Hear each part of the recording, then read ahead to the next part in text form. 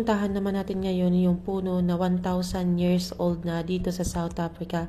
Good morning! So, pang day 2 namin dito ngayon sa Port Elizabeth at umaga kami ng gising para pumunta sa kabilang bayan. Siguro mga 2 hours ang biyahe nito. Ayan, dati hindi ako masyadong nagbabiyahe kasi madalas akong mahilo. So, ngayon kahit papaano nakakapagbiyahe na ako. So, ayan, siguro mga 1 oras na kami ng biyahe. Narito na kami sa Jeffreys Bay. At ito yung makikita mo dito, para ka nasa New Zealand. Napakaraming baka dyan sa mga field na yan. Tapos makikita mo yung windmill. At dito makikita mo rin yung naglalakihang mga farm. Sabi ng asawa ko, more on dito daw sa part na ito ay usually ay mga farm ang narito. Nasa kalahatian na nga kami ng biyahe. Mabuti na lang ay may dala yung aking biyanan ng mga chichirya, prutas at tubig at juices. So yun ang kinakain namin habang nabiyahe.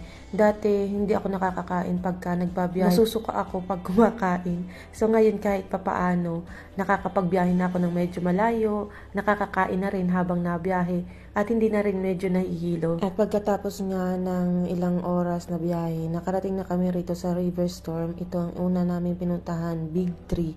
So ayan, pumila kami dito dahil meron ding ilang mga turista ang dumating. So ito na nga yung Big Tree. So Yellowwood ang tawag sa kanya at siya ay 1,000 years old na ganun siya katagal. So 36 meters yung height, tas yung trunk length niya ay 18 meters. Tas yung main trunk niya ay 51 meters.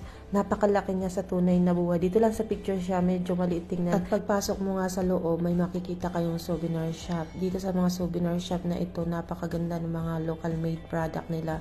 At nakakatuwa sanang mamili ka so walang pera. So, tingin-tingin na lang muna. So, ayan, pagkatapos namin magtingin-tingin dito, nakikita niyo yung mga bowl na yan. Napakaganda ng gawa nila. Sabi ko, masarap ipampasalubong ito pag uwi ng Pilipinas. Ang nakakatuwa, yung mga kasabay naming turista ay galing din sa ibang bansa. May galing sa Germany, may galing sa Asia also. Sabi ko ay, yung nauna nga sa amin ay nakipag-usap sa amin. Nahulaan niya na galing daw ako sa Pilipinas kasi hindi daw ako mukhang Chinese. So, Pilipina daw ako. Sabi ko oo. At dito na nga nagsimula ang paglalakad namin papunta doon sa Big Tree. So, mabagal lang yung lakad namin dahil may mga kasama kaming matatanda. So, kumbaga inaantabayan. Nandito ay Rattle Forest Trail. So, dito sa South Africa, ang napansin ko, napakarami lang nila ditong hiking trail. At parang ang hilig nila sa hiking trail dito sa South Africa. So, ayan, naglalakad-lakad kami papunta doon sa Big Tree. Siguro yung mga 1,000 meters din ang layo o 500 meters kung di ako nagkakamali. Pero maganda naman ang daan kasi merong nakalagay na ganitong yung wood na daanan. Hindi ko alam kung anong tawag pero napakaganda naman ang daan. Hindi kayo mahirapan maglakad, especially dun sa mga bata at saka sa matatandang makakasama sa paglalakad dito. So ayan, medyo naiiwan ko yung aking asawa at aking biyanan kasi medyo mabagal silang maglakad. Inaantabayan na ng asawa ko yung aking biyanan. Ako naman ay naglalakad at nakarating na kami nga dito sa Big Tree. At napakalaki nga niya nitong Big Tree ito. Namangha ako sobra kasi 1,000 years na siya dito tapos naabutan ko at nakita ko siya. Diba nakakatuwa yung ganun. Tapos pagkatapos namin mag-ikot, bumalik na rin kami at nagtingin-tingin na uli ako dito sa mga souvenir dahil hindi talaga ako makaget over at ang gaganda talaga nila. Tsaka yung mga bangles nila nakapakaganda. Sabi ko nga, nako, kung talagang may pera akong extra ay bumili na ako at para pampasalubong kaso wala. So, tais-tais muna. Pagkatapos nun, dumiretso na kami dito sa Storm River Mouth. Ito ay part ng Garden Route actually. Yung Garden Route ay mula dito papunta sa Cape Town. So, dito yung start. So, Garden Route National Park. So, pagpasok namin, kailangan muna mag-register at magbayan ng entrance fee. Siguro 40 rand, siguro masa 100 plus pesos kung sa pera natin. At kailangan pa magbiyahe ng mga 10 minuto bago makarating doon sa river mouth. So ito ay nakakapagpaalala sa akin sa daan papuntang Quezon. Napakasigsag niya. As in sabi ko sa aking mga kasama, naiiyak ako at namimiss ko parang ako pauwi ng Quezon. So ganun yung daan ito as in sigsag at pababa siya. Tapos makikita mo sa mga gilid-gilid ay parang mga bangin at dagat. So talagang sabi ko para ako nasa Quezon, especially itong part na ito na mayroong parang harang sa gilid ng bundok.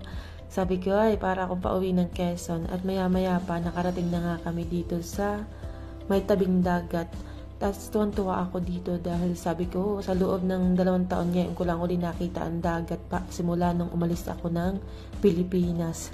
So ayan, at napakaganda dito. Sa part na ito ay maraming campers. So yung may mga campers van sila, tapos narito sila sa mga gilid-gilid. So nag-i-stay sila diyan. Hindi ko lang masyado na ipakita kasi medyo mabilis yung sasakyan. Ayan, kung makikita niyo sa gilid, merong mga campers van diyan. Tapos meron silang bonfire sa gabi at nag-i-stay sila diyan. Yung iba, sabi ng asawa ko, ay for a week. Yung iba ay for holiday at saka yung iba ay for weekend lang. So talagang sa dami ng van na yan, lahat ay mostly ay campers van yan. At dito naman, ipanoorin ninyo yung mga scenery na makikita nyo. Enjoy!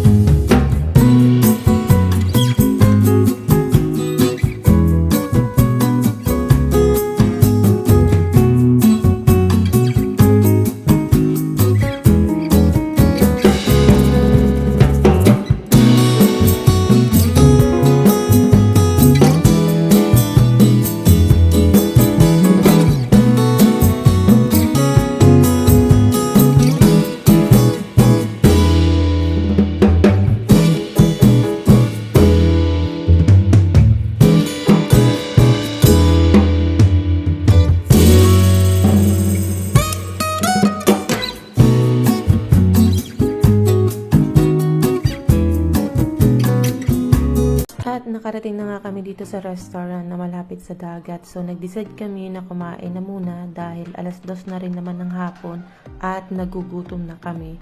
So ayan, ang in-order namin ay burger and fries. Sa aking biyanan naman ay chicken at sa husband ko din ay burger. So may nakita nga akong seagull, ang tawag yata dito. Tapos yan, pinakain lang namin siya ng konti at pagkatapos namin kumain, dumiretso na kami doon sa kabilang dulo kung saan naroon yung suspension bridge. Ito naman ay hiking trail din ito. Yung pinakang dulo ang pupuntahan natin. So, please watch the part 2. So, yan lang for today. Thank you for watching. Bye! Please like, comment, and share.